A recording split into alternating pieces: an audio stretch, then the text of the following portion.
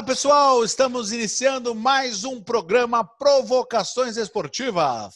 Eu sou Norberto Notari e aqui comigo, nessa conversa, aqui do meu lado online, Geraldo Nunes. Geraldo, você quer falar? Eu quero falar sim, afinal de contas, essa frase é uma marca registrada dos nossos tempos de rádio Eldorado e Estadão. Muita gente conhece o nosso trabalho através dessas emissoras, né, Norberto? Nós fizemos juntos, inclusive, o Estadão Notícias nas madrugadas, e o pessoal gostava muito. Esse programa aí que inspirou esse bate-papo. Só que a gente vivia se provocando naquele programa, né? Provocando Sim. No bom sentido, provocando a discussão, a conversa. E o nosso assunto favorito, também entre os ouvintes, eram as coisas do esporte. Claro. Só que a gente tinha que falar de política, tinha que falar de outros assuntos. Aqui não. Aqui vale tudo. A gente vai falar de tudo. Aqui qualquer bobagem que a gente falar tá valendo. Tá valendo. Você lembra que a gente tinha uma chefe? Não vamos dizer o nome dela, tá? Tá bom. Não é bom não falar? Não é bom, não fala o nome. Nesse caso, a gente não vai falar. Começaram a chamar a gente de dupla dinâmica. Uhum. Aí ela falou, eu não quero que chamem vocês de dupla dinâmica, é Batman e Robin. Vocês não são Batman e Robin. Claro que não, nós somos melhores que Batman e Robin. E Gotham City é fichinha para nós. Não é mesmo? É verdade. Mas foi um tempo áureo, então, assim, um tempo muito legal. Em que eu guardei aqui tenho grandes recordações dos nossos tempos de falar de primeiro bloco, Palmeiras! Segundo bloco, mais Palmeiras. Ah, você está imitando o Avalone, não é? O Avalone? Roberto Avalone. Ele começou no Jornal da Tarde, depois apresentou o Mesa Redonda, um tremendo palmeirense, né? Vamos aproveitar essa conversa, essa brincadeira que você fez, lembrando aí saudosamente o Avalone. Vamos falar dos narradores esportivos de todos os tempos, Norberto? Com certeza, eu gosto de narração esportiva.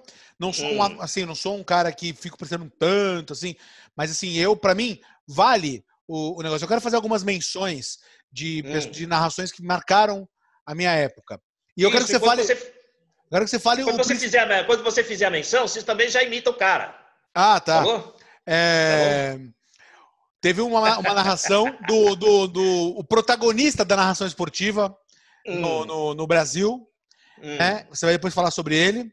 Ele narrou o pênalti perdido por Zapata em 1999 na Taça Libertadores da América e falou assim: sai que é sua, Marcos! Pra fora! Pra fora! O Palmeiras é campeão da Libertadores da América! Aí você acordou? Não, 99. Foi de verdade mesmo? Você não sonhou isso aí? O Marcão foi de verdade? Verdadeiríssima. Tem isso no YouTube. O pessoal fala que o Palmeiras não tem mundial, isso é verdade? Não, mas isso aí é da época da... Isso aí Quem não... Da Copa Rio. Ô, Geraldo, a gente fala de história do esporte. Como a gente é historiador do esporte, né? Aqui, natos. Sim, nós sabemos tudo. Nós sabemos tudo. Não podemos esquecer de 51. 51 foi um marco na história do futebol mundial. Ah, sim, qualquer dia a gente vai falar só disso, mas hoje eu queria falar do Galvão Bueno. Fale do Galvão Bueno. Galvão Bueno é um sujeito assim que é amado e odiado. Eu tiro e fico colocando o óculos porque quando eu preciso ler alguma coisa, eu ponho o óculos. Então, eu queria falar do Galvão Bueno porque a Globo, esses dias, em julho, ela fez uma homenagem para o Galvão Bueno no Esporte Espetacular, aos domingos, ressaltando que ele completou 70 anos e lembrando os grandes momentos da carreira dele, as histórias que ele contou. E tem gente que diz que não gosta do Galvão Bueno, mas eu vou te dizer uma coisa, eu gosto do Galvão Bueno. Ele é um sujeito, assim, especial, porque, primeiro, ele entende de todos os esportes. Se você conversar com ele sobre vôlei, se você conversar com ele sobre basquete, se você conversar com ele sobre UFC, ele vai te dar uma aula. E sobre futebol e Fórmula 1 também, né? Inclusive, o Galvão Bueno, ele começou na Rádio Gazeta. Ele narrou aquele Grande Prêmio Brasil de 1975. Está no YouTube, quem quiser, confira. Ele tem a narração dele lá. A vitória do José Carlos Passe. Em 1975, foi a única vitória do José Carlos Passe na Fórmula 1. E Um ano depois ele morreu num acidente aéreo, né? Era um bom piloto brasileiro, mas ele só ganhou uma corrida na Fórmula 1. E foi narrada pelo Galvão Bueno. Depois, a TV Globo desistiu de transmitir a Fórmula 1 e a TV Bandeirantes adquiriu os direitos da Fórmula 1 e transmitiu o campeonato daquele ano, 1980, 81. Eu sei que teve a primeira vitória do Nelson Piquet na Fórmula 1 e como a Globo viu que o Piquet estava com chance de chegar ao título, o Piquet foi campeão em 81 a primeira vez, a Globo adquiriu de novo os direitos da Fórmula 1 e contratou o Galvão Bueno. Aí ele ficou por lá, teve um período aí que ele saiu, foi para a CNT, mas aí ele voltou. Voltou e transmitiu a Copa de 86 em parceria com o Osmar Santos. O Osmar Santos era narrador de futebol no rádio, aí ele tentou a televisão, a Globo contratou ele, e ele foi para a Copa de 86, mas ele teve uma crise, você não acredita, rapaz, ele teve uma crise de hemorroidas. E aí ele... né? E o Galvão transmitiu alguns jogos da seleção. E ele foi muito bem. Depois o Osmar deixou a televisão Globo, voltou para o Sistema Globo de rádio, passou por outras emissoras também, até aquele fatídico acidente em 1994. Ele fez a Copa de 94 pela Rádio Globo. Mas em dezembro de 94 ele sofreu aquele gravíssimo acidente e nunca mais pôde narrar. Mas já que a gente está falando de grandes nomes da narração esportiva, eu quis citar tanto o Galvão Bueno quanto o Osmar Santos. Ô, Norberto, você é adepto da turma Cala a Boca Galvão? É um cala-boca moderado. O problema é um cala-boca moderado. Só uma referência ao Osmar Santos. Só uma referência. Tá certíssimo. Só uma referência ao Osmar Santos. O Osmar Santos, ele foi o autor do apelido do meu ídolo no futebol, Edmundo Animal. Ele chamava todo mundo de Animal, mas do Edmundo ficou, né? O Edmundo Animal, né? Ele fazia assim, o animal do jogo. Quem foi o animal do jogo? Aí teve um jogo do São Paulo que ele elogiou o Cafu. Cafu foi o animal desse jogo. Aí o Cafu telefonou para ele, Osmar Santos, não fica me chamando de animal, né? Isso é chato. Agora, o Edmundo, você lembra como é que ele era, né? Bateu, levou, né?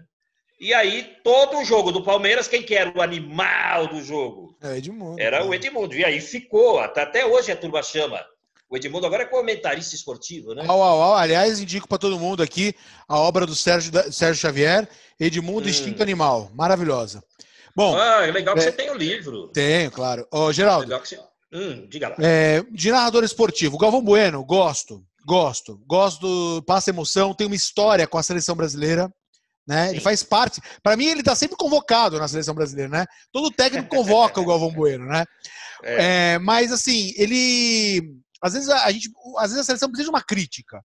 E o Galvão, ele puxa muito o saco da seleção brasileira. Ele tem que dar uma, né? Vocês estão jogando mal, ele puxa muito saco, né? É bom você cornetar um pouco, sabe? E aí o que acontece? Teve um dia, o Brasil estava na final da Copa América, o Brasil estava perdendo 2-1 para a Argentina, aí ele já deu cartas marcadas. Ele falou assim, mas perdeu bonito, se esforçou, não sei o quê. Aquele jeito do Galvão Bueno. Aí o Adriano foi lá e fez o gol. Empatou o jogo. E nos pênaltis o Brasil levou a Copa América. Ou seja, eu lembro desse jogo. O Galvão Bueno já estava dando derrota pro Brasil, puxando o saco do Brasil, falando que o Brasil perdeu bonito, que não existe perder bonito. Perdeu, né? E aí o Adriano foi lá e resolveu a partida, né? Então assim, aliás, na época que o Adriano resolvia a partida, que era maravilhoso, jogava muita bola, Adriano. Agora, então assim, mas eu gosto, ele passa emoção, ele tem uma história com a seleção brasileira, aquele é tetra, ficou marcado, né? É tetra! Desafinado. Vai partir, vai que é sua, Tafarel! Partiu, bateu, acabou!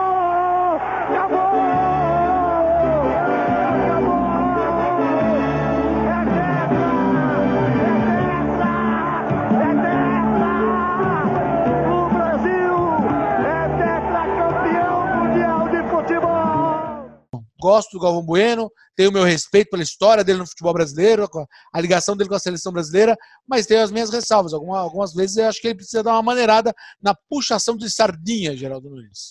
Tá bom, então o professor aqui vai te dar uma aula, tá bom? É o seguinte, é brincadeira, tá? Tô brincando. É o seguinte, quando se transmite uma partida de futebol da seleção brasileira, ou de qualquer seleção, né? É diferente de você transmitir uma partida entre clubes. Porque, por exemplo, vamos lá para o Rio Grande do Sul, Internacional e Grêmio, dois times super rivais. Se você for transmitir a partida e ficar defendendo muito o Grêmio, os torcedores do Internacional vão ficar com raiva de você. E a mesma coisa se você ficar torcendo para o Inter e falar mal do Grêmio. Tá? Tô citando esses dois exemplos aí. Então, o narrador lá no Rio Grande do Sul, ele tem que, tomar cuidado com o que ele fala, porque ele pode ganhar para si o ódio dos torcedores. Agora, numa Copa do Mundo, todo mundo torce para o Brasil, pelo menos teoricamente, né? É claro que tem muito brasileiro aí que defende o futebol da Argentina, né? Não, porque a Argentina é melhor que o Brasil. Tudo bem. Só que quando você vai transmitir o futebol por uma emissora, principalmente a Globo, mas qualquer outra emissora, sim, não dá para você ser contra a seleção brasileira, porque a massa do povo brasileiro torce pelo Brasil, principalmente quando ele vai mal. Então, ele tem que fazer o gosto do torcedor. Não adianta ele ficar falando, olha, a Argentina está jogando muito melhor que o Brasil. O comentarista do jogo até pode fazer isso, mas não o narrador. Então, eu acho que ele tem que defender a seleção brasileira com unhas e dentes, porque é a seleção. Agora, se fosse um time... E mesmo assim, você lembra daquela final de 94? Eles reprisaram aí agora, sim. Na pandemia. Ele começou a falar mal do Cafu durante o jogo. O Cafu tá errando muito, e não sei o quê, e não sei o que lá. Aí teve o programa lá, o Bem Amigos, e ele pediu desculpas para o Cafu no Bem Amigos, porque aí ele falou assim, faz muito tempo, depois você aprimorou seu futebol e coisa e tal, te peço desculpas por aquele dia. Você vê? Né? Foi uma partida só. E muita gente criticou o Galvão por causa daquele dia, assistindo agora, né, tanto tempo depois. Então, tem essas coisas, né? Porque a narração entra para a história. Então, por exemplo, na Copa de 58, nós tínhamos aqueles locutores Pedro Luiz, o Oduvaldo Cosi, tem o Edson Leite, tem um gol do Edson Leite que ele diz assim, magistral gol de Pelé! Foi daquele 1-0 do Brasil em cima do País de Gales, que foi um jogo feio. E o Brasil teve muitas dificuldades. E o Pelé fez o gol, ele driblou lá os zagueiros, mas a bola entrou pingando, ela entrou fraquinha no gol e parou lá dentro da rede. Então não foi um gol tão magistral assim, mas o narrador esportivo transmitiu como sendo magistral. E hoje está na história como um gol magistral. Então isso aí é maravilhoso, né? E tem mais narradores, assim, eu citei o Osmar Santos na narração do rádio, mas você tem, assim, algum narrador de rádio que você lembra? Meu preferido é o José Silvério, que foi a minha primeira entrevista com o narrador que eu fiz, foi com o José Silvério, inclusive, quando eu estava ainda estudando jornalismo, fazendo meu curso de extensivo de rádio esportivo.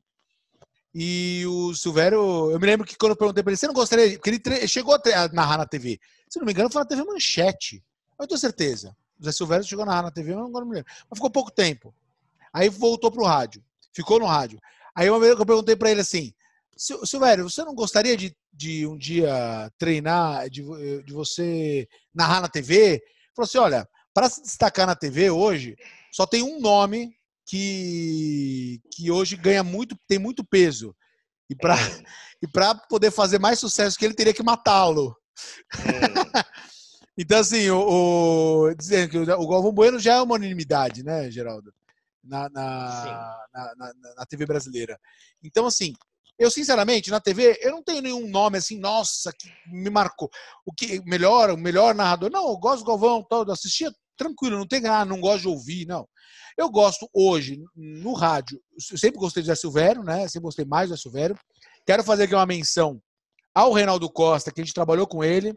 O Reinaldo teve narrações marcantes, porque que eu acompanhei de perto lá na época da Eldorado ESPN, depois a Estadão ESPN, quando o Reinaldo gravou, foi fazer a Copa da África, 2010, e também em 2009, que ele narrou o gol do Cleiton Xavier, que o Palmeiras ia ser eliminado na primeira fase da Libertadores, e no último minuto, contra o Colo-Colo, o Cleiton Xavier mandou uma bomba de fora da área e fez um gol, e ele falou assim, se milagre existe...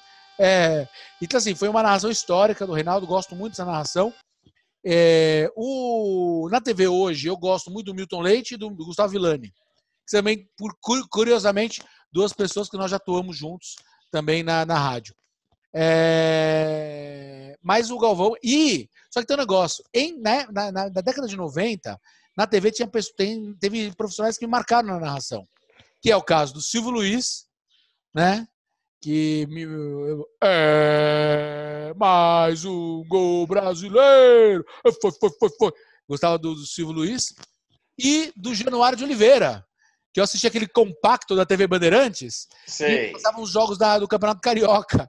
E ele falava assim, sinistro, muito sinistro. Tá lá um corpo estendido no chão. Tá lá um corpo estendido no chão. Sabe quando o jogador sofre uma falta e ele fica lá se contorcendo, né? De dores lá no campo, né? Deitado, caído lá, o Januário falava assim, tá lá um corpo estendido no chão, que é uma música, né? Sim. Do João Bosco. Tá lá Sim. um corpo estendido no chão. Então, ele usou essa frase da música e colocou na narração esportiva. Claro. Muito legal. Infelizmente, o Januário já não está mais conosco, né? Sim. E também já não está mais conosco o Luciano do Vale. Porque se eu falei do Galvão Bueno e não falo do Luciano do Vale, muita gente cai matando, né? Porque ele tinha muitos fãs, ele transmitiu pela Rede Globo, né? Como sempre, com exclusividade, aquela Copa do Mundo de 1982, os Jogos do Brasil, e dizem que foi a melhor seleção depois daquela da Copa de 70, só que não conquistou o título, né? Ganhou muito, mas não levou. Acabou perdendo para a Itália por 3-2. Aliás, esse jogo aí me ensinou muito, viu? Era o Tele, né? Sobre futebol. Me ensinou muito, porque é aquela história, a gente só acreditava no ataque, né? Baseado naquela seleção de 1970, que só atacava, né? E defendia mal. E aconteceu a mesma coisa com aquela seleção de 82. Ela atacava bastante e defendia mal, tanto que tomou 3 gols do Paulo Rossi, né? Porque ele se posicionava no meio da área. Olha como é que era aquele time, Norberto. Todo mundo se mandava para o ataque. Toninho Cerezo era o primeiro volante, depois tinha o Falcão, tinha o Sócrates, o Zico, o Éder, todo mundo no ataque, tá? Tinha um que caía pelo lado direito também, o Paulo Isidoro, todo mundo no ataque. Aí, o que o Paulo Rossi fazia? Ele ficou ali onde tinha que estar o Toninho Cerezo e tinha o quarto zagueiro Luizinho. O Luizinho era meio fraquinho, né? Então, todos os gols saíram do Paulo Rossi, meio que centralizado na área, esperando as bolas chegarem, e quando as bolas chegavam, ele mandava para dentro, né? E eu aprendi Geraldo, muito com esse jogo. 82, o técnico era o Tele Santana, certo? Era o Tele Santana. E depois voltou em 86, aí ele tentou mudar um pouco o esquema dele, mas não deu certo. E esse jogo do Brasil com a Itália prejudicou muito o futebol brasileiro, porque aí começaram a surgir os técnicos defensivistas, como o Carlos Alberto Parreira, que foi campeão em 94, mas com futebol feio, como você citou na última live. Aliás, a gente pode fazer futuramente aí um programa só sobre a Copa 94, lembrando um pouco daquele título. Eu gostaria de falar também Gostaria também de um dia fazer um programa sobre técnicos de futebol. Sim, muito bom, hein?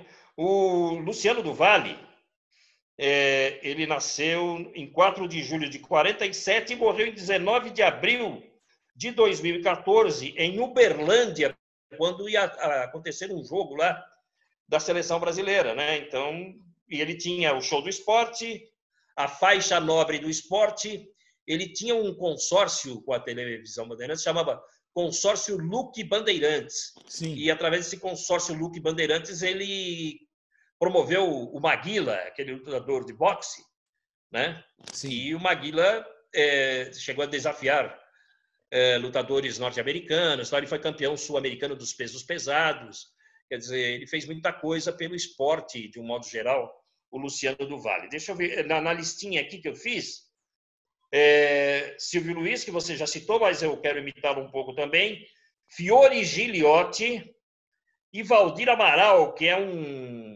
foi, né, um locutor esportivo brasileiro do Rio de Janeiro.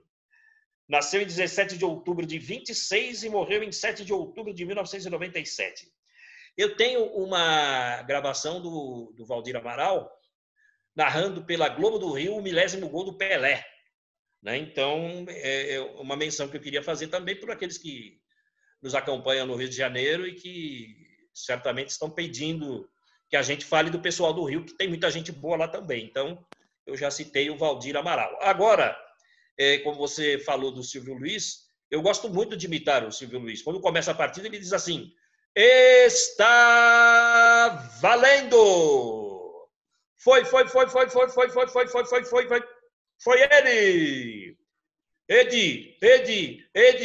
Edmundo! O craque da camisa 7. É um negócio assim, né? Ele vai fazer. Rapaz. Marca registrada. Acerte o seu aí, que eu arredondo o meu aqui.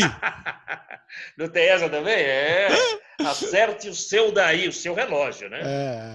Então, é bacana isso. Muito bom e muito bom mesmo. Pelas barbas do profeta! É isso aí. Sobre o Reinaldo Costa, eu tenho uma gravação dele em podcast. Nós fizemos a narração virtual, tá? Ele entrou no estúdio e gravou para nós um gol virtual do Pelé, que foi aquele gol que dizem que é o gol mais bonito da carreira do Pelé, na Rua Javari, onde ele deu chapéu em 4 jogadores, né? Fazendo assim, né? Bum, bum, bum. Ele jogava a bola por cima, pegava a bola com o pé, jogava por cima do outro, e a bola não chegava a tocar no chão. Ele ia... Aí saiu o goleiro igual um desesperado lá, o goleiro chamava mão de onça. Aí ele deu um chapéu no mão de onça, matou no peito e a bola já entrou. Não precisou chutar. Pelo menos não era mão de alface, né? Senão viraria piada. O mão de alface está no Bragantino agora, né? O Bragantino que andou complicando aí para o São Paulo, tanto no Campeonato Paulista quanto no Campeonato Brasileiro, né? São Paulo agora, hoje em dia, todo mundo complica com ele, né? Ele é... Saco de pancada. Não, ele gosta de recuperar, é santo, né? Ele consagra. Ele gosta de recuperar time que tá ruim. Então, sim. Time ruim joga com São Paulo, ganha. É assim, né? Geraldê, é isso aí. Você quer fazer uma menção aí à nossa edição? Sim, eu quero falar do Estevão Reutemann, que é o nosso colega que trabalhou comigo no Palácio dos Bandeirantes, na editoria de rádio. E eu tenho que contar uma história primeiro, antes de pedir a sua imitação. Você já estava na equipe lá, eu apresentava um programa às 5 horas da manhã. Por isso nós somos considerados bonecos da madrugada. O programa se chamava De Olho na Cidade. Eu cheguei a apresentar no seu lugar já, algumas vezes. Então, aí certa vez tocou o telefone lá e você atendeu. E aí ela passou a ligar sempre, né? Uma ouvinte, a dona Yolanda Abate. E o Estevão Reutemann conheceu a dona Yolanda Abate, que servia café para os jornalistas no comitê de imprensa do Palácio dos Bandeirantes, né? Aí ela ouviu o Geraldo Nunes, aí ela ligou. Geraldo, você lembra de mim, do Palácio? Tal? Lembro, dona Yolanda. Olha, eu queria que você pedisse para a prefeitura canalizar o córrego do Menino do Engenho. Meu Deus, pensei, né? Onde fica esse córrego Menino do Engenho? E ela não falava, ela falava menino ingênuo. Aí eu ia procurar nos mapas da cidade, córrego Menino Ingênuo, não tinha. Aí que eu descobri, falando com o pessoal da prefeitura, era córrego Menino do Engenho no Parque Bristol, né? E aí eu falei, fiz menção a ela e coisa e tal no programa do dia seguinte. E aí ela gostou de ser citada no rádio, ela ligava todo dia. Aí você atendia o telefone, o que ela falava para você? Me deixa falar com o Geraldinho. o nosso editor lembrou da Dona Yolanda pela voz também. Era isso, então. Obrigado. Na semana... Mas o Esteban Reutemann... O Esteban Reutemann faz a edição do nosso programa, né? Faz. Ele é parente da Odete Reutemann? Sim, né? Odete Reutemann e parente também daquele piloto de Fórmula 1 da Argentina nos anos 70, Carlos Reutemann. Então manda um salve. A Odete Reutemann já morreu. É uma família de campeões. A Odete Reutemann um abração. E o Flávio Pérez, sim, do nosso site, ele disse que quer participar de um programa com a gente. Assim, aí nós vamos reunir um São Paulino, que sou eu, um palmeirense, que é você, e um corintiano, que é ele. Estamos na captura de um santista, mas o pessoal é muito velho. Todo mundo meio gaga. Não sei se a gente vai conseguir alguém para falar aqui no programa. Não, mas a gente vai lá na Vila Belmiro, a gente fala com alguém lá. Tem mas lá é assim também. Vai ser umas 15, 16 pessoas que vai estar lá. Né? Vai ter pouca gente lá. A gente pergunta um a um, quem quiser participar. Qualquer coisa a gente põe a Dona Yolanda, então. Tá bom, fechou. Ela deve ser santista. Deve ser santista. Geraldo, um forte abraço para você. Um abraço para os nossos amigos que acompanham. E até a próxima semana. Então, tinha um filme que era assim: na próxima semana, mais uma edição de O Túnel do Tempo. E aqui é isso mesmo. Tudo de bom para vocês. Provocações esportivas fica por aqui. Um abraço. Bye. Tchau. Tchau.